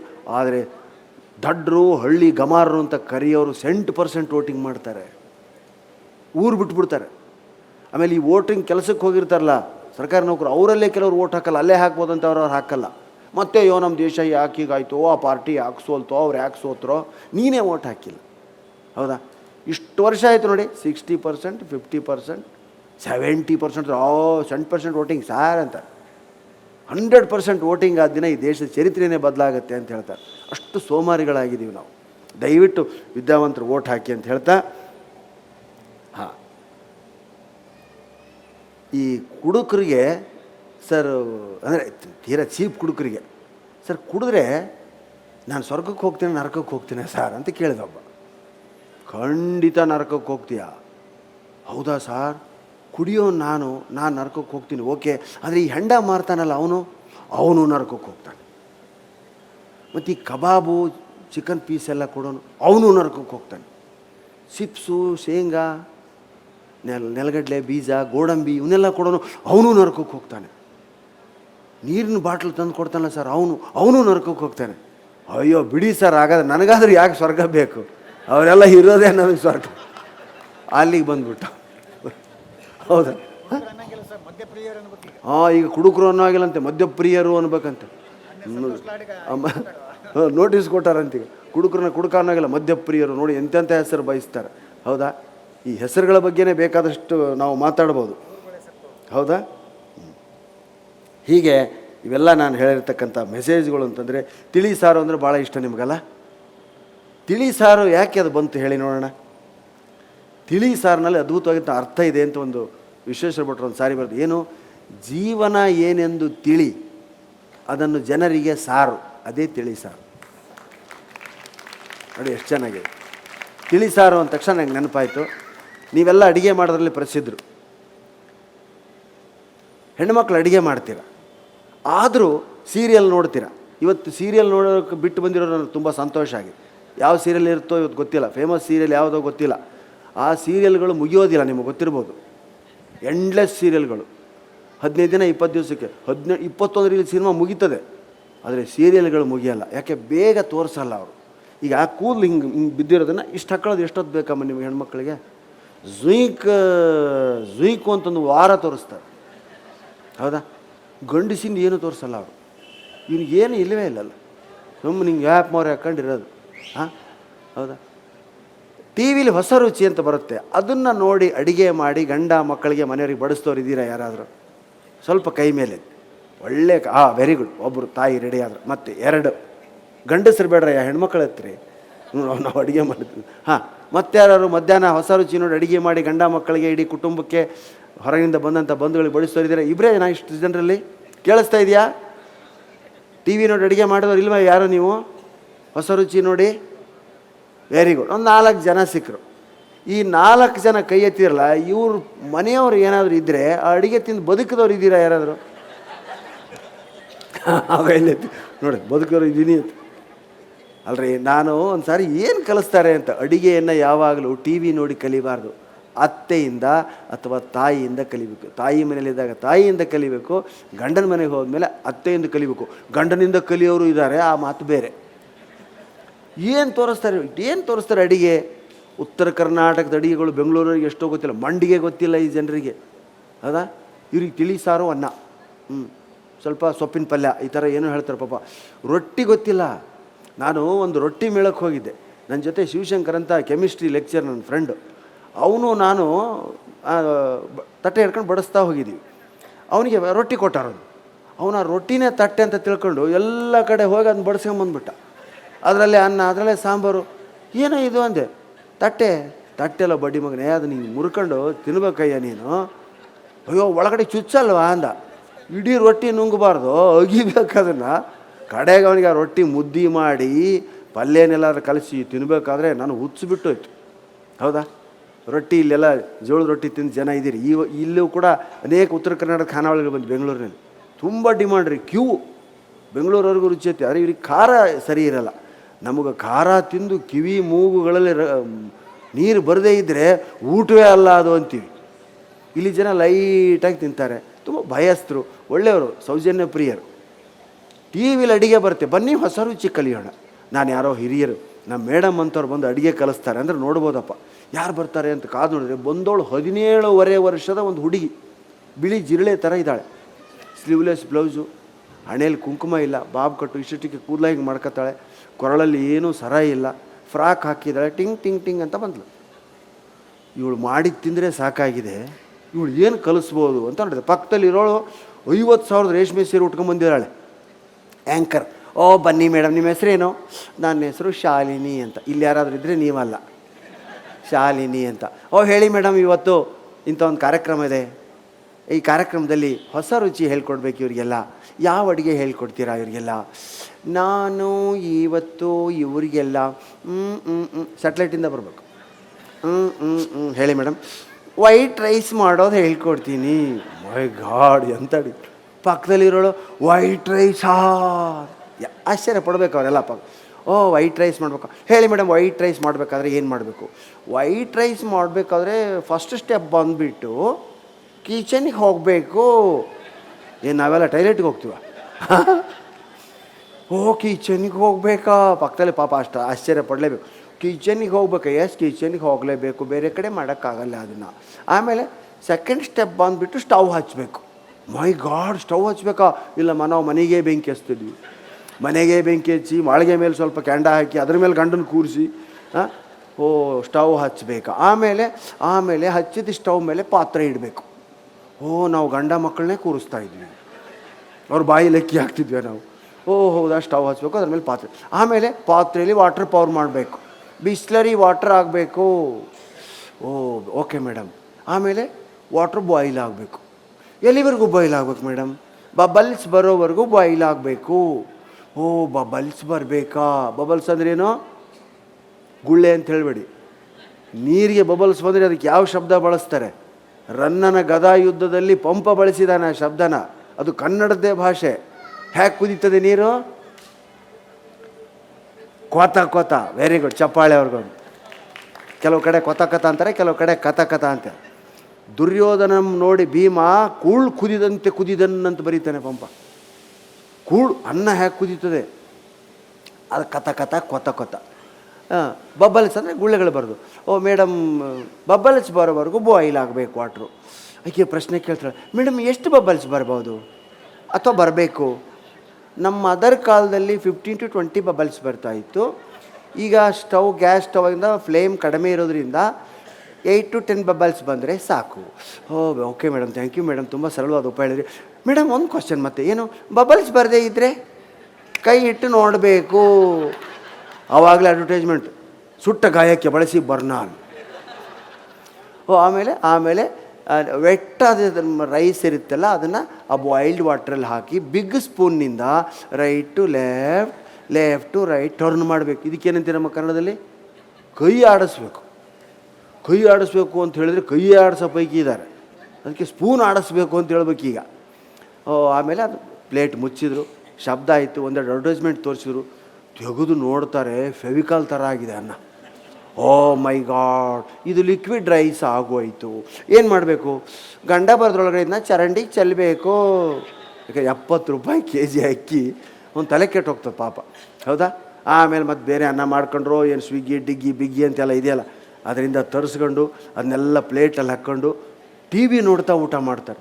ಅದು ಏನು ಕಾದಿದೆಯೇನೋ ಟಿ ವಿಯವರಿಗೆ, ಮಧ್ಯಾಹ್ನದ ಹೊತ್ತು ಊಟ ಮಾಡುವಾಗ ಜನ ನೋಡ್ತಾರೆ ಅಂತೇಳಿ ಆವಾಗಲೇ ಟೈಲೆಟ್ ಅಡ್ವರ್ಟೈಸ್ಮೆಂಟ್ಗಳು. ದುರ್ಗಂಧಮಯವಾಗಿದೆ ಟೈಲೆಟ್, ಬಳಸಿ ಹಾರ್ಪಿಕ್. ಹಾಂ, ಓ ಯಾರೋ ಇವನು ಬರ್ತಾನೆ, ಯಾರೋ ಅಬ್ಬಾಸ್, ಓ ಬನ್ನಿ ಅಬ್ಬಾಸ್, ಓ ನಿಮ್ಮ ಮನೆ ಟೈಲೆಟ್ನಲ್ಲಿ ಕೊಳೆಗಳಿದೆ ಅಂತ ಅವನು ಏನು ಯಾವ ಗ್ಲಾಸು ರಾವು ಗರಡಿ ಹಿಡಿದು ತೋರಿಸ್ತಾನೆ. ಊಟಕ್ಕೆ ಕೂಡ ಟೈಮ್. ಇನ್ನೊಂದು ಬರ್ತದೆ, ಏನು, ಒಂದು ಹುಡುಗಿ ಬರ್ತಾಳೆ ತಂಬಿಗೆ ತೊಗೊಂಡು, ವಿದ್ಯಾಬಾಲನ್ ಬರ್ತಾಳೆ. ಮಗಳೇ ಎಲ್ಲಿ ಹೊರಟೆ? ನಾನು ಬೈಲಲ್ಲಿ ಶೌಚ ಮಾಡಲು ಹೋಗುತ್ತಿದ್ದೀನಿ. ಏನೋ ಬೈಲಲ್ಲಿ ಶೌಚ ಮಾಡುವಿಯಾ? ಮತ್ತೇನು ಪಡಿಸಲೇ ಕುಂದಿರ್ಬೇಕ ನಾವು ಅಂತ ಹುಡುಗಿ. ಹಾಂ, ಬರೀ ಆವಾಗ ಅಂಥವೇ ಅಡ್ವರ್ಟೈಸ್ಮೆಂಟ್. ಹಾರ್ಪಿಕ್ ಬಳಸಿ, ಬಾತ್ರೂಮ್ ಕ್ಲೀನ್ ಇಡಿ. ನಾವು ಇತ್ತೀಚೆಗೆ ಮೋದಿಯವರ ಆದೇಶದ ಮೇರೆಗೆ ಒಂದು 2 ವರ್ಷದ ಹಿಂದೆ ಸುಮಾರು 18 ಜನ ಉತ್ತರ ಕರ್ನಾಟಕದ ಕಲಾವಿದರು ಬಯಲು ಶೌಚ ಮುಕ್ತ ಮಾಡಬೇಕು ಅಂತ ಗ್ರಾಮಗಳಲ್ಲಿ ಈ ಥರ ಮಾತಾಡ್ತಾ ಹೇಳ್ತಿದ್ವಿ ಜನರಿಗೆ. ಬಯಲು ಶೌಚಕ್ಕೆ ಹೋಗಬೇಡಿ, ಅದರದೇ ಒಣಗಿ ಅದು ಗಾಳಿಯಲ್ಲಿ ಬೆರೆತು ನಿಮ್ಮ ಆಹಾರದಲ್ಲಿ ಸೇರ್ತದೆ, ಅದಕ್ಕೆ ನಿಮ್ಮ ಮಕ್ಕಳು ಅಪೌಷ್ಟಿಕತೆಯಿಂದ ಬಳಲ್ತಾರೆ, ಹೊಟ್ಟೆ ಡುಮ್ಮ, ಕೈಕಾಲು ಸಣ್ಣ, ಇದನ್ನೆಲ್ಲ ಹೇಳಿ ಆ ಮಕ್ಕಳನ್ನ ಬಿಡಿಸ್ತಿದ್ವಿ ಸ್ನೇಹಿತರೆ. ಅಂಥಲ್ಲಿ ಮಹಾಮನಿಯವ್ರ ಊರಿಗೆ ಫಸ್ಟ್ ಹೋದ್ವಿ ನಾವು. ಹತ್ತಿಗುಡ್ರಂತ ಇವ್ರ ಊರು, 1 ಕಿಲೋಮೀಟ್ರ್ ದೂರ ಇದ್ದೀವಿ. ಅವ್ರ ಊರಿನ ಎಲ್ಲ ಹೆಣ್ಮಕ್ಳು ಆ ಕಡೆ ಈ ಕಡೆ ಲೈನಾಗಿ ನಿಂತು ಪ್ರೈಮ್ ಮಿನಿಸ್ಟ್ರಿಗಾಗಿ ಕಾದಂತೆ ನಮಗೋಸ್ಕರ ಕಾಯ್ತಿದ್ದಾರೆ. ನನಗೆ ಸಂತೋಷ ಆಗೋಯ್ತು. ಮಾಮನಿ ಹೇಳಿದೆ, ಸರ್ ಅವ್ರು ಅದಕ್ಕೆ ನಿಂತಿಲ್ಲ, ನೀವು ಸುಮ್ಮನೆ ಗಾಡಿ ಹೊಡೀರಿ. ನಾನು ಹೆಣ್ಮಕ್ಳು ರಾತ್ರಿ ಕತ್ತಲಲ್ಲಿ ನಿಂತಿದ್ದಾರೆ, ನಾನು ಅವ್ರನ್ನ ಮಾತಾಡಿಸ್ತೀನಿ ಅಂತ ಡ್ರೈವರ್ಗೆ ಕಾರ್ ಅವ್ರ ಪಕ್ಕ ಒಯ್ಯೋ ಅಂದೆ. ಅವ್ರ ಮುಂದೆ ಒಯ್ದ ಗ್ಲಾಸ್ ಇಳಿಸಿ, ಅಮ್ಮ ನಾನು ಅಲ್ಲಿಗೆ ಬರ್ತೀನಿ, ನೀವು ಯಾಕೆ ಇಲ್ಲಿ ಬಂದು ನನ್ನ ಸ್ವಾಗತಕ್ಕೆ? ಅಯ್ಯೋ ಗ್ಲಾಸ್ ಇಳಿಸಿ ಹೋಗಪ್ಪ ಸಾಕು, ಲೈಟ್ ಆರಿಸೋ ಮುಂದಿಂದ. ಅವರೆಲ್ಲ ಅದಕ್ಕೆ ಬಂದವರೆ. ಆಮೇಲೆ ಅವರೇ ನಮ್ಮ ಪ್ರೇಕ್ಷಕರು. ಬಯಲು ಶೌಚ ಮಾಡಬಾರ್ದು ಅಂತ ಹೇಳ್ತೀವಿ ಭಾಷಣಕ್ಕೆ, ಅವರೇ ಪ್ರೇಕ್ಷಕರು. ಹಾಗಿತ್ತು ಪರಿಸ್ಥಿತಿ. ಇನ್ನು ಕೆಲವು ಊರುಗಳಲ್ಲಿ ಜಿಲ್ಲಾ ಪಂಚಾಯತಿ ಸಾಲ ಕೊಟ್ಟಿದೆ, ಟೈಲೆಟ್ ಕಟ್ಟಿಸಿದ್ದಾರೆ, ಹೋಗ್ತಾ ಇಲ್ಲ, ಮತ್ತೆ ಹೊಲಕ್ಕೆ ಹೋಗ್ತಾರೆ. ಹಾಗಾದರೆ ಆ ಟೈಲೆಟ್ ಏನು? ಟೇಲರ್ಗೆ ಬಾಡಿಗೆ ಕೊಟ್ಟಿದ್ದಾರೆ. ಅವನು ಹೊರಗಡೆ ಚೇರ ಕಣ್ಕೋತ ಒಳಗಡೆ ಟೇಲರಿಂಗ್ ಮಾಡ್ತಾರೆ. ಈ ದೇಶನ ಸುಧಾರಿಸೋದಷ್ಟು ಸುಲಭ ಇಲ್ಲ ಸ್ನೇಹಿತರೆ. ಹಾಸ್ಯದ ಮೂಲಕ ಎಷ್ಟಾಗುತ್ತೋ ಅಷ್ಟು ಮಾಡ್ತಿದ್ದೀವಿ. ಆದರೂ ನಮ್ಮೆಲ್ಲರ ಜಾಗೃತಿ ಮೇರೆಗೆ ಎಲ್ಲ ಬೆಂಗಳೂರಿಗೆ ಬರೋದಕ್ಕೆ ಯಾಕೆ ಇಷ್ಟಪಡ್ತಾರೆ ಅಂದರೆ ಇಲ್ಲೆಲ್ಲ ಸಿಗುತ್ತೆ. ಪ್ರತಿ ಹಳ್ಳಿಯೂ ಬೆಂಗಳೂರು ಆಗಬೇಕು ಅಂದರೆ ಫಸ್ಟ್ ಸ್ವಚ್ಛತೆ. ಹಳ್ಳಿಗಳಿಗೆ ನಾವು ಯಾಕೆ ಹೋಗಲ್ಲ ಅಂದರೆ ವಿದ್ಯುತ್ ಇಲ್ಲ, ಸ್ವಚ್ಛತೆ ಇಲ್ಲ ಅಂತ. ಅವೆರಡನ್ನ ಕಲ್ಪಿಸಿಬಿಟ್ರೆ ಹಳ್ಳಿಗಳು ಸ್ವರ್ಗ ಅಂತ ನಿಮಗೆಲ್ಲ ಗೊತ್ತಾಗುತ್ತೆ. ಅನೇಕ ಜನ ರಜೆ ಸಿಕ್ಕ ತಕ್ಷಣ ಹಳ್ಳಿಗಳಿಗೆ ಹೋಗ್ತೀರಿ, ಅಲ್ಲಿನ ಗಾಳಿ, ಈ ಕಡೆ ಕುಂದಾಪುರ ಗಿಂದಾಪುರ ಸಿರ್ಸಿ ಕಡೆ ಹೋದರೆ ಅದೆಂತ 3 ದಿವಸ ನಾವು ಸಿರ್ಸಿಲಿದ್ವಿ. ಕೊನೆಯಲ್ಲಿ ಒಂದು ಮಾತನ್ನು ಹೇಳ್ತೀನಿ. ಸಿರ್ಸಿಯಲ್ಲಿ ನಿಸರ್ಗ ಮನೆ ಅಂತ ಒಂದಿದೆ, ಡಾಕ್ಟರ್ ವೆಂಕಟರಮಣ ಹೆಗಡೆ ಅಂತ. ಯಾರಾದರೂ ಹೋದವರಿದ್ದೀರಾ ಅಲ್ಲಿಗೆ ಭೇಟಿ? ಓ ವೆರಿ ಗುಡ್. 10 ದಿನಗಳ ಕಾಲ ಮಸಾಜ್ ಭಾಳ ಚೆನ್ನಾಗಿ ಮಾಡ್ತಾರೆ. ಎಲ್ಲ ಥರದ ಐಲ್ಗಳು. ಜೀವಮಾನದಲ್ಲಿ ತಲೆ ಸ್ನಾನ ಯಾರಾದರೂ ಮಾಡಿದವರಿದ್ದರೆ ಅಥವಾ ಮನೆ ಅಳಿಯನಾಗಿ ದೀಪಾವಳಿಗೆ ಹೋಗದೇ ಇದ್ದರೆ ಅಭ್ಯಂಜನ ಏನು ಅಂತ ಅಲ್ಲಿ ಕಲಿಬೇಕು. ಅದ್ಭುತವಾಗಿರ್ತಕ್ಕಂಥ ಮಸಾಜು. ನಾವು ಪ್ರತಿ 3 ತಿಂಗಳಿಗೆ ಒಂದು ಸಾರಿ ಹೋಗಿ ಮಸಾಜ್ ಎಲ್ಲ ಮಾಡಿಸ್ಕೊಂಡು ಬರ್ತೀವಿ. ನಿಮ್ಮಲ್ಲಿ ಯಾರಿಗಾದರೂ ಮಂಡಿ ನೋವು, ಶುಗರು, BP, ಹೊಟ್ಟೆ ಉಬ್ಬರಿಸೋದು, ವೇಟ್ ಜಾಸ್ತಿ ಆಗಿದ್ದರೆ 10 ದಿನದಲ್ಲಿ ಅಲ್ಲಿ ಬೆಂಕಿ ಇಲ್ಲದೆ ಅಡುಗೆ ಮಾಡ್ತಾರೆ. ಹೊಗೆ ಇಲ್ಲದ ಅಡುಗೆ, ಬೆಂಕಿ ಇಲ್ಲದ ಅಡುಗೆ ಅಂದರೆ ಅರ್ಥ ಆಯ್ತಾ ನಿಮಗೆ? ಒಲೆ ಹಚ್ಚಲ್ಲ, ಬರೀ ಹಸಿ ತರಕಾರಿ ಪದಾರ್ಥಗಳನ್ನೇ. ಅದನ್ನು ಬೇಯಿಸ್ಕೊಂಡು ತಿಂದರೆ ಏನೂ ಇರಲ್ಲ ಅದರಲ್ಲಿ. ಬೇಯಿಸಿ ಈ ಥರದ್ದು ಸ್ವಲ್ಪ ಗಟ್ಟಿ ಮನಸ್ಸು ಮಾಡಿ ಒಂದು 10 ದಿವಸ ಅಲ್ಲಿ ಇದ್ದು ಬಂದರೆ ಬಣ್ಣ ಬರ್ತದೆ, ನಿಮ್ಗೆ ಅವಶ್ಯಕತೆಗಿಂತ ಹೆಚ್ಚಿನ ದೇಹ ಹೋಗ್ತದೆ. ನೋಡಿ, ಅವರು ಒಂದೇ ಒಂದು ಸೂತ್ರ ಹೇಳ್ತಾರೆ, ನೀವು ಆರೋಗ್ಯಶಾಲಿಗಳು ಹೌದೋ ಅಲ್ವೋ ಅಂತ ನೋಡ್ಕೋಬೇಕಾದ್ರೆ ಹೀಗೆ ಸ್ಟ್ರೇಟ್ ನಿಲ್ಲಬೇಕು. ಈ ಕೈ ಹಸ್ತದ ಗುರುತು ಹೀಗೆ ಝುಯ್ ಅಂತ ಕೈ ಕೆಳಗಿನ ಸೊಂಟದವರೆಗೂ ಬರಬೇಕು, ಝುಯ್ ಅನ್ನಬೇಕು. ಇಲ್ಲಿವರೆಗೂ ಝುಯ್ ಅಂದು ಇಲ್ಲಿ ಬೌ ಅನ್ನಬಾರ್ದು. ಬಂತು ಅಂದರೆ ಅದು ಒಳಗಡೆ ಹೋಗ್ಬೇಕು. ಎದೆ ಸಮವಾಗಿ ಹೊಟ್ಟೆ ಇದ್ದರೆ ಅವನು ಆರೋಗ್ಯವಂತ ಪುರುಷ. ಸರ್ ಇದೆ ಅಂತ ಭಾವಿಸ್ತೀನಿ ನಾನು. ಸ್ಲಿಮ್ ಆಗಿದ್ದಾರೆ ನೋಡಿದ್ರೆ. ಫಸ್ಟು ಹೊಟ್ಟೆ ಬಂದು ಆಮೇಲೆ ನಾವು ಬರಬಾರ್ದು, ನಮ್ಮ ಜೊತೆಗೆ ಹೊಟ್ಟೆ ಬರಬೇಕು. ಹಾಂ, ಹ್ಞೂ RSS ಚಡ್ಡಿ ಥರ. ನಾವು RSS ಇದ್ದಾಗ ಚಡ್ಡಿ ಇತ್ತವಾಗಿನ್ನು ಗಂಜಿ ಹಾಕ್ರಿ ಬಡ್ಡಿ ಮಕ್ಕಳ ಅಂತಿದ್ರು. ನಾವು ಮೊದಲೇ ಇಷ್ಟಿಷ್ಟು ಕಾಲು ಕೋಳಿ ಕಾಲು ಅಂತ ಹೆಸರು ನನಗೆ ಆವಾಗ. ಅದು ತುಂಬ ಉದ್ದ ಇರೋದು ನೋಡಿ, ನಾನು ಇಲ್ಲಿ ನಿಂತರೆ ಅದ್ರ ತುದಿ ಇಲ್ಲಿರೋದು. ನಾನು ಯಾವುದಾದ್ರೂ ರೂಮಲ್ಲಿ ಒಳಗಡೆ ಹೋದರೆ ಮೊದಲು ಚಡ್ಡಿ ತುದಿ ಹೋಗೋದು, ಆಮೇಲೆ ನಾನು ತೊಡೆ ಬರೋದು ಆ ಥರ. ಅದಕ್ಕೆ ಕೈ ಆಡಿಸ್ಕೊಂಡ್ರೆ ಹೊಟ್ಟೆ ಇಲ್ಲೇ ಕೂತಲೇ ನೋಡ್ಕೋಬಾರ್ದು, ನಿಂತ್ಕೊಂಡು ನೋಡ್ಕೊಳ್ಳಿ ದಯವಿಟ್ಟು. ಕೆಲವರು ಕೂತಲೇ ನೋಡ್ಕೊಂಡು ಅಯ್ಯೋ ಮುಗೀತೋ ಅಂತ ಅನ್ಕೋತಾರೆ. ಆನೆಗೆ ಶುಗರ್ ಇರುತ್ತೆ, ನಿಮಗೆ ಗೊತ್ತಾ? ಆನೆಗೆ ಶುಗರ್ ಚೆಕ್ ಮಾಡಿದ್ದಾರೆ. ಯಾವ ಆನೆಗೆ ಶುಗರ್ ಇರುತ್ತೆ ಗೊತ್ತಾ? ಯಾವ ಆನೆಗಿರಲ್ಲ ಗೊತ್ತಾ? ಯಾವ ಆನೆ ಕಾಡಲ್ಲೇ ಅಲ್ಲಿನ ಸೊಪ್ಪನ್ನೇ ತಿಂದು ಅಲ್ಲಿನ ಹೊಂಡದ ನೀರನ್ನೇ ಕುಡಿದು ಸ್ವೇಚ್ಛಾಗಿ ದಿವಸಕ್ಕೆ 20-25 ಕಿಲೋಮೀಟ್ರ್ ಅಡ್ಡಾಡ್ತದೋ ಆ ಆನೆಗೆ ಶುಗರ್ ಇಲ್ಲ. ಯಾವ ಆನೆಗೆ ಶುಗರ್ ಇದೆ? ಈ ಮಠಾಧೀಶರು ಮಠದಲ್ಲಿ ಸಾಕ್ತಾರೆ ನೋಡಿ ಆನೆ, ಅದಕ್ಕೆ ಶುಗರ್ ಇದೆ. ಯಾಕೆ ಹೇಳಿ? ನಾವು ತಿನ್ನೋದನ್ನೇ ಅದಕ್ಕೆ ಕೊಡ್ತೀವಿ. ಬಾಳೆಹಣ್ಣು, ಉಳಿದಿರೋ ಅನ್ನ, ರೊಟ್ಟಿ ಎಲ್ಲ ಅದು ನಮ್ಮದೇ ತಿಂದು ನಮ್ಮ ಥರನೇ ಆಗೋಗಿದೆ. ಆನೆಗಳಿಗೆ ಕಣ್ಣು ಹೋಗ್ತದೆ, ಆನೆಗಳಿಗೆ ಕಣ್ಣು ಹೋದರೆ ಶುಗರ್ ಇರ್ತದೆ ಅಂತ ಅರ್ಥ.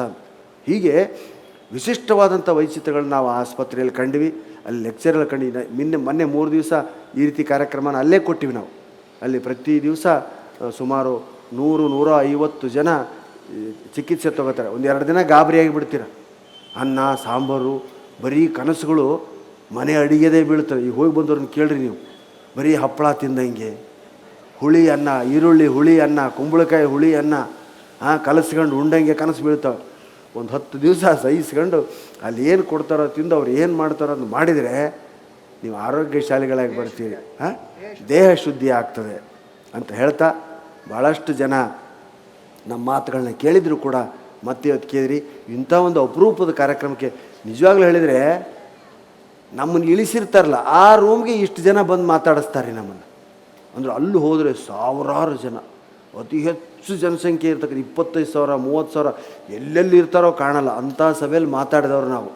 ಇವತ್ತು ಇವ್ರು ಫೋನ್ ಮಾಡಿದಾಗ ಮಾಮನೆ ಅದೇ ಹೇಳಿದೆ, ಸರ್ ಸ್ವಲ್ಪ ಜನ ಜಾಸ್ತಿ ಬೇಕು ಸರ್. ಇಲ್ಲ ಸರ್, ಜನ ಜಾಸ್ತಿ ಕಷ್ಟ, ನಮ್ಮ ರಿಲೇಟಿವ್ಸು ಸ್ನೇಹಿತರು ಮಾತ್ರ ಬರ್ತಾರೆ, ನೀವು ಬರಲೇಬೇಕು, ನಾವು ನಿಮ್ಮನ್ನು ಟಿ ವಿಲಿ ನೋಡಿದ್ದೀವಿ ಅಂತ ದಂಪತಿಗಳಿಬ್ಬರು ನಮಗೆ ಕೇಳಿದಾಗ ನಿಜಕ್ಕೂ ಸಂತೋಷ ಆಯ್ತು ನಮಗೆ. ನಾನು ಇಷ್ಟು ಸುಂದರವಾಗತ್ತೆ ಈ ಕಾರ್ಯಕ್ರಮ ಅಂದ್ಕೊಂಡಿರಲಿಲ್ಲ. ಭಾಳ ಚೆನ್ನಾಗಿ ಕೇಳಿದ್ವಿ. ಯಾಕೆಂದರೆ ಓಡಾಡೋದು ಕೂಗಾಡೋದು ಮಾಡ್ತಾ ಮಕ್ಕಳಿಗೆ ಈ ಕಳೆಲ್ಲ ಓಡೋದು, ಆದರೂ ಸೈಲೆಂಟಾಗಿ ಅವ್ರನ್ನೆಲ್ಲ ಕಂಟ್ರೋಲ್ ಮಾಡಿದಿರಿ. ಮಕ್ಕಳಿದ್ದವ್ರು ಯಾರ್ಯಾರು ಮಕ್ಕಳು ಹಿಡ್ಕೊಂಡು ನಿಂತಿದ್ದಾರಲ್ಲ ಅವ್ರ ಗಂಡಂದರು, ಅವ್ರಿಗೊಂದು ಥ್ಯಾಂಕ್ಸ್ ಹೇಳಿ, ಅವ್ರಿಗೊಂದು ಚಪ್ಪಾಳೆ ತಟ್ಟಿ ಕಾರ್ಯಕ್ರಮ ಶಾಂತವಾಗಿ ನಡೀತು ಅಂತ ಹೇಳ್ತಾ, ನನಗೆ ಒಂದೇ ಒಂದು ಕನಸಿದೆ. ಏನು? ಅಶೋಕ್ ಕುಯ್ಯೂರ್, ಅಶೋಕ್ ಭೂಷಣ್ ನೋಡಿ ಹೆಸರೇ ಇದೆ, ಅಶೋಕ ಭೂಷಣ.